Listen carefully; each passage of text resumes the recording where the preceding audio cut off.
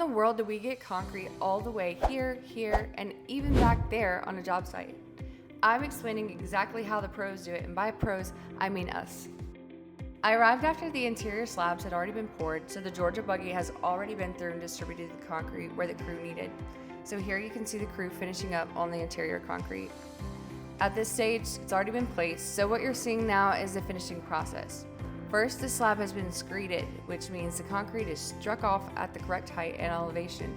From there, they use bull floats to smooth the surface and bring the cement paste or cream to the top. Later, hand trowels or power trowels are used to tighten up the surface and give its final finish. Before any of the concrete ever gets placed, everything has to be properly formed. Forms define the shape, thickness, and edges of the slab, patios, and walkways. This particular building is way more complex than just a wide open slab. So we've got multiple interior areas, restricted access points, and an exterior patio form that is just not reachable with the concrete truck. That's where a concrete placement strategy really matters, and this is something we plan in advance. See again how tight that access point is. So DIYers, do not wait until the day of your pour to think about this. Now that they're prepping for the Georgia buggy, notice the crew cleaning out the truck chutes. It's an important step that a lot of people don't think about. So they rinse and clear them so there's no buildup or hardened material left inside. Not only does this protect the equipment, it also ensures that the remaining concrete is handled cleanly and safely before we move on to the next part of the pour.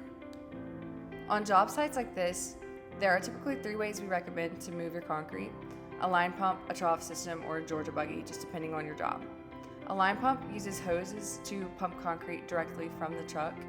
A trough relies on gravity and straight line access. But when access is limited or you need to maneuver around a finished structure, a Georgia buggy is sometimes the best tool for the job. In this case, the Georgia buggy made the most sense for the client. A Georgia buggy is a powered concrete cart designed to move concrete efficiently across a job site.